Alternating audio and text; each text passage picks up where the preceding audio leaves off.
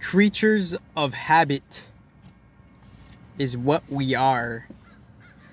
The human is a bundle of wavelengths that is particularly slowed down to operate not only in the material world, but different interfaces of different elemental realities, more or less, eventually. Meaning, it has the capabilities to interface, possibly, with other realities in different environments. And the creature of habit that we are... In person, I look in people's eyes, but for some reason the camera, I'm just like, kind of like, I don't really look into the eyes of the camera, but like in person, I do make eye contact. I just want to let everybody know that. And these streams, these streamlines, you know, they're kind of nudging from intuition and, you know, the cultivation and accumulation of however we got this far, celebrating how we got this far, honoring how we got this far, accepting how we got this far, realizing that nature, whether we realize it or not, nature is teaching this new form to accept everything that as it is. Nature is more or less training us to accept everybody else's nature with its relationship to nature, because nature is more or less having a major influence. And there's the train. Choo choo choo.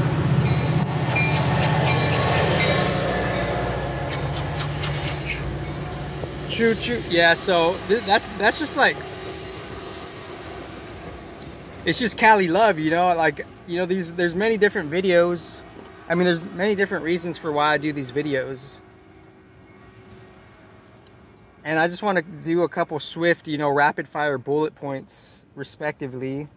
Like, when you hear that there is no mistake, how could you like run that statement within you based on, you know, how like based on how like solidified you are, or how like, you know, based on how like, you know, foggy you are or less foggy? How could we really run that through when we're more or less realizing that there is, this is hand sanitizer, by the way, so. But like, when you hear the statement that there is no mistakes, how could that possibly like work?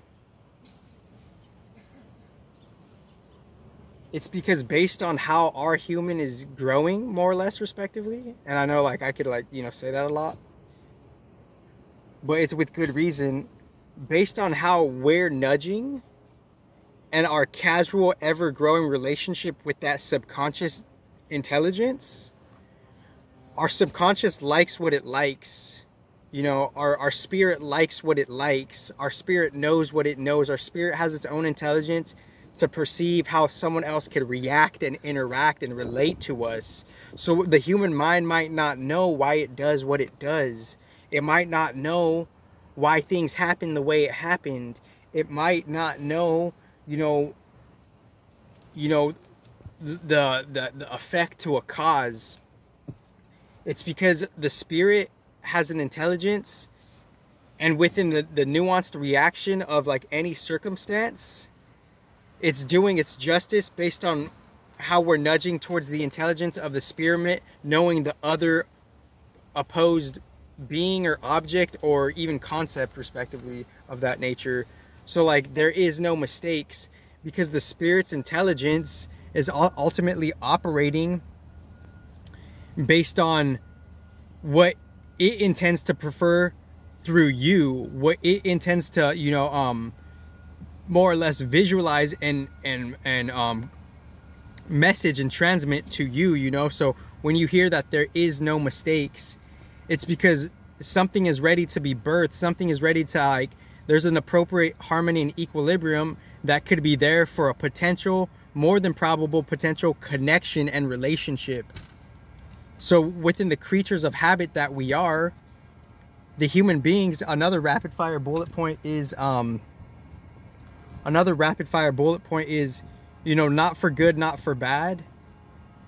It being what it is, drawing on the first point of how I kind of more or less introduced this video, the creatures of habit and how we're a bundle of wavelengths slowed down in a human element to operate in the external realm.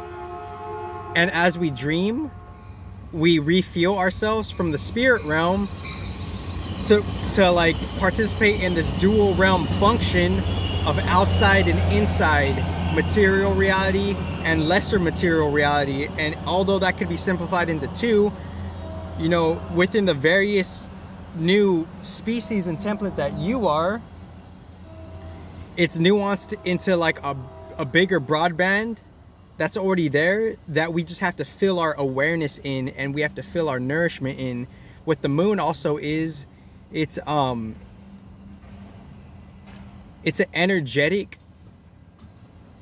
fuel reserve disposition of how you're nourished, and that's what creates the moods and the feelings and the emotions. Because based on how we're being nourished within the positioning of how, you know, the moon, you know, gives rise to certain crops and whatnot, there's a certain particular type of energy fuel reserve that we're reacting to, and that's creating our feelings. Because you could hear that the moon is your emotions and feelings. Okay, respectively, simply how? It's because it's a certain energy reserve, fuel reserve for like your water being and your earth being, and how that, you know, reserve tank is being kind of you know, assimilated, circulated, and distributed within, you know, how on a different level there's a different, you know, energy reserve tank that's, you know, receiving a particular type of water energy, quote unquote louche energy, and how it receives that and distributes that. That's the moon, and that's the reason why we're emotional with that. So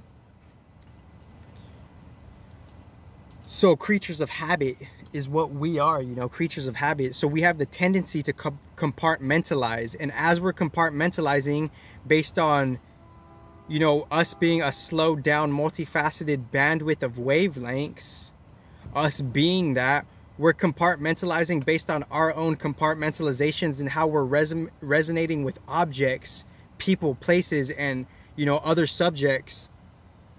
So like, even if we have a perception or a perspective on anything, an object, whether we realize it or not, it could be in a fragmented version of it, because what we're ultimately viewing and perceiving, in one respect, that's a version and a fragment of that in itself, because we don't have the complete collective mind mentality, the body of knowledge and the body of the actions and the spirit of whatever we're ultimately focusing on, be it a religion, be it a culture, be it a topic, be it you know, an education industry, be it an industry, being it like, you know, like a subject for education.